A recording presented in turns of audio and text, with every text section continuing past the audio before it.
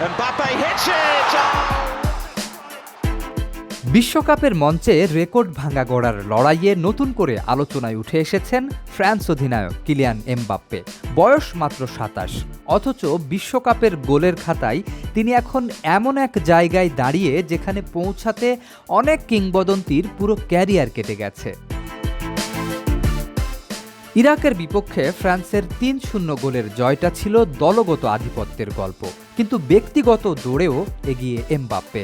ইরাকের বিপক্ষে জোড়া গোল করে বিশ্বকাপে নিজের গোল সংখ্যা ১৬তে নিয়ে গেছেন তিনি। ফলে জার্মান কিংবদন্তি মিরোস্লাভ ক্লোসার রেকর্ড স্পর্শ করে এখন কেবল লিওনেল মেসির পিছু ছুটছেন ফরাসি তারকা।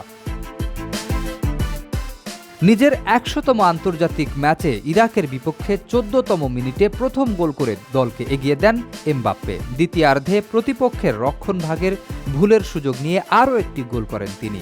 আরেকটি গোল যোগ করেন উসমান দেমবেলে। এই জোড়া গোলের মাধ্যমে বিশ্বকাপে এমবাপ্পের মোট গোল দাঁড়িয়েছে ১৬টি।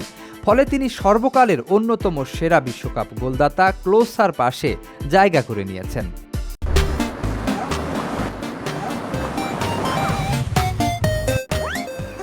একসময় যে ক্লোসাকে ধরা প্রায় অসম্ভব বলেই মনে করা হতো, এখন সেই উচ্চতায় দাঁড়িয়ে আছেন এমবাপ্পে। কিন্তু এখানেই থামতে রাজি নন তিনি, কারণ তার সামনে এখন আরও বড় একটি লক্ষ্য। বিশ্বকাপ ইতিহাসের সর্বোচ্চ গোলদাতা লিওনেল মেসির ঝুলিতে রয়েছে ১৮ গোল, অর্থাৎ সেই রেকর্ড ছুঁতে এমবাপ্পের প্রয়োজন আর মাত্র ২টি গোল।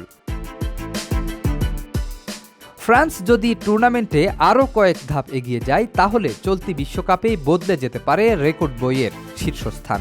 ক্লোসাকে তিনি ছুঁয়েছেন, এখন সামনে শুধু একজন লিওনেল।